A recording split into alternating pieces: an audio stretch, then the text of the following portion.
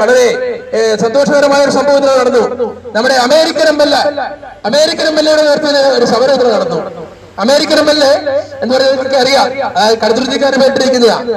American M L A ഇവിടെ പാർട്ടിയുടെ Kerala Congress democratic പാർട്ടിയുടെ പേരിൽ ഇവിടെ സമരം നടത്തുമെന്ന് പറഞ്ഞപ്പോൾ അദ്ദേഹം ഇന്നലെ വൈകിട്ട് 4 മണിക്ക് 15 പേരുമായി അമേരിക്കൻ എം എൽ എയും കൂട്ടാളികളും വന്ന് ഇവർ സമരം നടത്തി.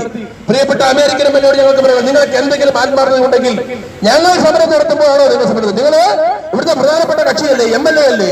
നിങ്ങൾ ഈ വിഷയത്തിൽ നേരത്തെ ഇടപെടില്ലായിരുന്നു. ഏതായാലും ഞങ്ങൾ സമരം ആഹ്വാനം ചെയ്തപ്പോഴെങ്കിലും അമേരിക്കൻ എം എൽ എക്ക് തോന്നിയ സന്തോഷമുണ്ട്. കൃഷിക്കാർക്ക് ഫലം ലഭിക്കട്ടെ. അമേരിക്കൻ എം എൽ എ കുറിച്ച് കൂടുതലൊന്നും പറയുന്നില്ല.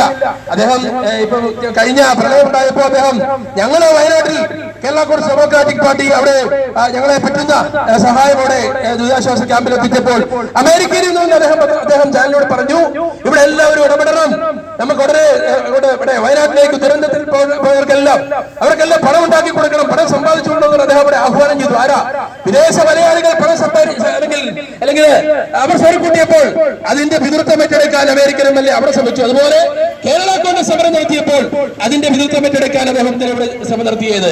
അമേരിക്കയില് നമുക്ക് 10-20 ദിവസം അമേരിക്കയിലായിരുന്നു. നമുക്കറിയാം, നമ്മുടെ കേരളത്തിന്റെ മുൻ മുഖ്യമന്ത്രി E.K. നായനാർ പറഞ്ഞത് ഇവിടെ ഇപ്പൊ പീഡനത്തിന്റെ കാല. അപ്പൊ അദ്ദേഹം പറഞ്ഞത് അവിടെ ചായ കുടിക്കുന്ന പോലെയാ അവിടെ ഈ പീഡനം എന്ന് പറഞ്ഞു. അപ്പം അതിനുവേണ്ടിയാണോ, ചായ കുടിക്കാനാണോ എം എൽ എ 20 ദിവസം അവിടെ കടന്നതെന്ന് എനിക്കറിയില്ല. മാത്രമല്ല, കോഴിക്കോട് ചായ കുടിക്കാൻ പോയപ്പോ അവിടെ DYFI പ്രവർത്തകർ അവിടെ പറഞ്ഞിട്ടു. അപ്പൊ DYFI ഇല്ലാത്ത സ്ഥലത്ത് പോയി ചായ കുടിക്കാനായി അമേരിക്കൻ എം എൽ എ പോയതാണോ എന്നുകൂടി ഞങ്ങളോട് വിശദീകരിക്കണം.